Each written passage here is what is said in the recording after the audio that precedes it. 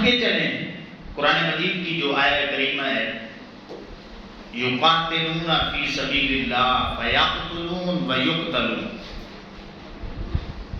کہ وہ جو مومن ہیں جنہوں نے اپنے رب سے یہ تجارت کر لی ہے وہ اللہ کی راہ میں لڑتے ہیں، مارتے بھی ہیں اور مرتے بھی ہیں۔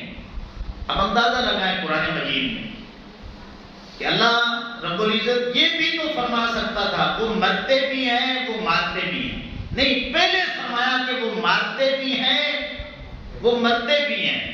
کیا مطلب؟ یہ مارتے لفظ علماء نے لکھا ہے یہ ان کے جذبہ جہاد کو اللہ بیان کر رہا ہے، اور مرتے بھی ہیں، شہید بھی ہوتے ہیں، اس میں ان کا شوق شہادت اللہ نے بیان کیا۔ جب انہوں نے اپنے رب سے کاروبار کر لیا ہے، جانیں رب کو دے دی ہیں، مال بھی رب کو دے دیا ہے، بدلے میں جنت لے لی ہے، تو پھر انہیں پتا ہے کہ اس میدان جنگ سے اگر بچ کے جائیں گے تو غازی بنیں گے، اور اگر کٹ جاتے ہیں تو پھر شہید بن جائیں گے۔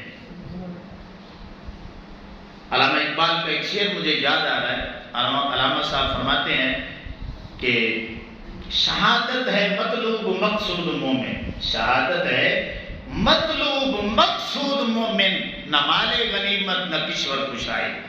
مومن کو نہ اپنی شہرت سے غرض ہے اور نہ ہی اسے کوئی اور لالچ ہے، بلکہ اس نے اپنے مالک سے جب کاروبار کیا ہے تو پہلے دن سے ہی کلمہ پڑھتے ہی اس نے اقرار کر لیا ہے اے مالک یہ جانیں بھی تیری ہیں یہ مال بھی تیرا ہے، اب اس دنیا میں جتنا عرصہ تم نے مجھے رکھنا ہے ہر لمحہ میں نے تیری مرضی کے مطابق گزارنا ہے۔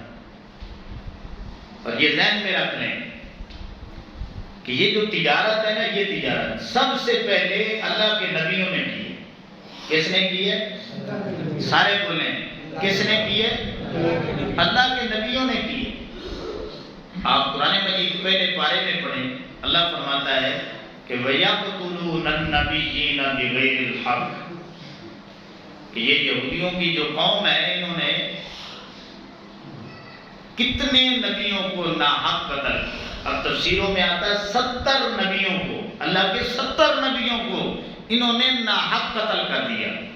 تو اب جو نبی اللہ کی راہ میں قتل ہوئے، شہید ہوئے، تو سب سے پہلے ایمان والے بعد میں اللہ کی راہ میں شہادت حاصل کرتے ہیں، سب سے پہلے اللہ کے نبیوں نے شہید ہونا پسند کیا، اور پھر آقا کریم علیہ السلام دعائیں مانگا کرتے تھے۔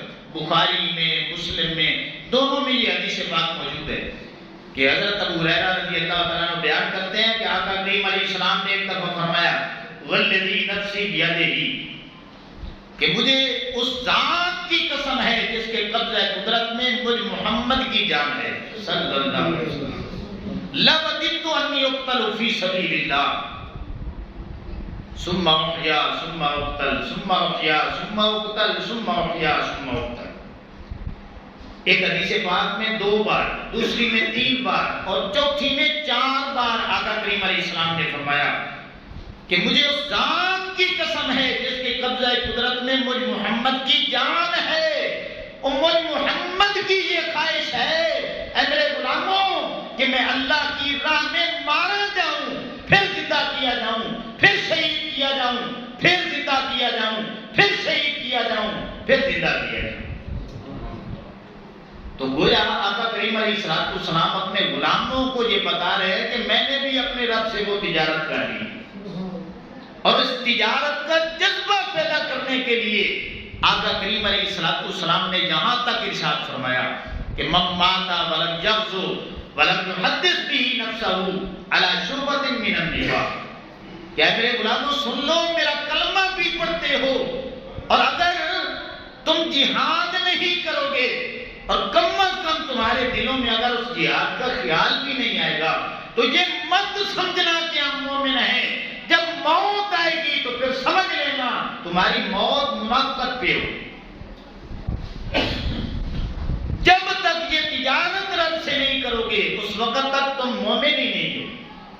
پھر آگے آقا علیہ السلام نے یہاں تک بات ارشاد فرمائی کہ من سأل اللہ الشہادت بصدق بلغہ اللہ منازل الشہداء وإن مات علی فراشہ. اے میرے غلاموں، اگر تمہارے دل میں شوق شہادت ہے اور یہ تجارت تم نے کر لی ہے، تو پھر اگر ساری زندگی جہاد کا موقع ہی نہیں آتا اور تم جہاد میں نہیں جاتے مگر دعائیں مانگتے رہتے ہو کہ مالک شہادت عطا فرما، اب بستر مرگ پہ تمہاری موت ہوتی ہے، تبھی موت ہوتی ہے، اللہ فرماتا ہے تمہاری نیت کی وجہ سے میں لکھ دیتا ہوں کہ میرا بندہ عام موت نہیں مر رہا بلکہ شہادت کی موت مر رہا. اسی لیے صحابہ اکرام علیہ الرضوان کا پڑھ کے دیکھیں. حضرت سیدنا عمر فاروق رضی اللہ تعالیٰ عنہ آپ دعائیں مانگا کرتے تھے، اللہم ارزقنی شہادتا فی سبیلک واجعل موتی ببلد رسولک، کہ اے مالک مجھے شہادت کی موت عطا فرمانا اور مدینے میں عطا فرمانا. ہم میں سے کتنے ہیں جو شہادت کی طلب رکھتے ہیں، شاید زندگی میں دعائیں کبھی نہیں کی. تو اگر اسی طرح ہم مر جائیں گے کہ کبھی دعائیں نہیں کی، تو امام الانبیاء صلی اللہ علیہ وسلم کے غلاموں اگر اللہ رب العزت نے منافقین کے گروہ میں شامل کر دیا تو پھر ہمارا کیا بنے گا؟ اور آج مسلمان جہاد سے نام بھی نہیں ڈرتے ہیں. کوئی بھی عالم، کوئی بھی پیر جو ہے بڑے سے بڑا، وہ جہاد کا نام لے اس کی ٹانگیں کانپ رہی ہیں. حالانکہ آقا کریم علیہ السلام کی زندگی جہاد سے بری ہوئی، جہاد سے بری ہوئی ہے. آقا کریم علیہ السلام کے زمانے میں 74 جنگیں جو ہیں آقا کریم علیہ السلام کے زمانے میں ہوتی ہیں.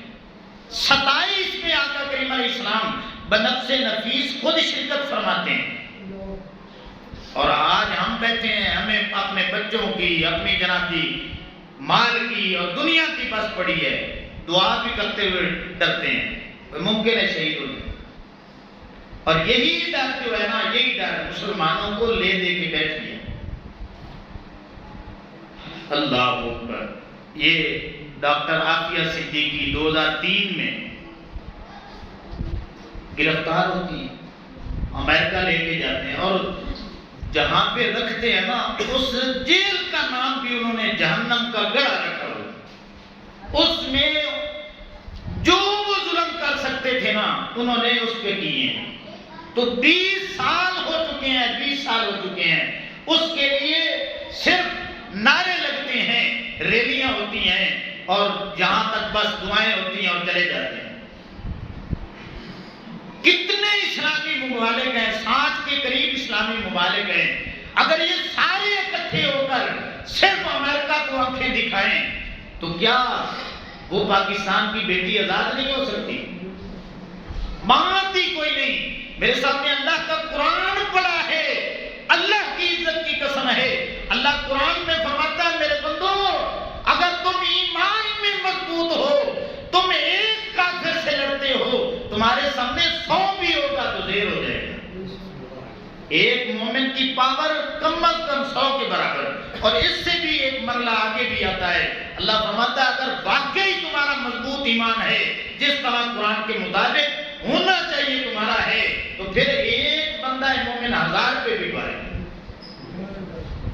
جب مسلمانوں نے جہاد کا نام ہی لینا چھوڑ دیا، انہیں پتا ہے اب کسی نے نہیں اٹھنا، مسلمان سو چکے ہیں، بس اپنی اپنی پریشانیوں میں ہیں، تو پھر کون اسے چھڑا کے لے آئے؟ تو اس لیے امام الانبیاء صلی اللہ علیہ وسلم کی غلاموں ضرور شہادت کی دعائیں مانگے.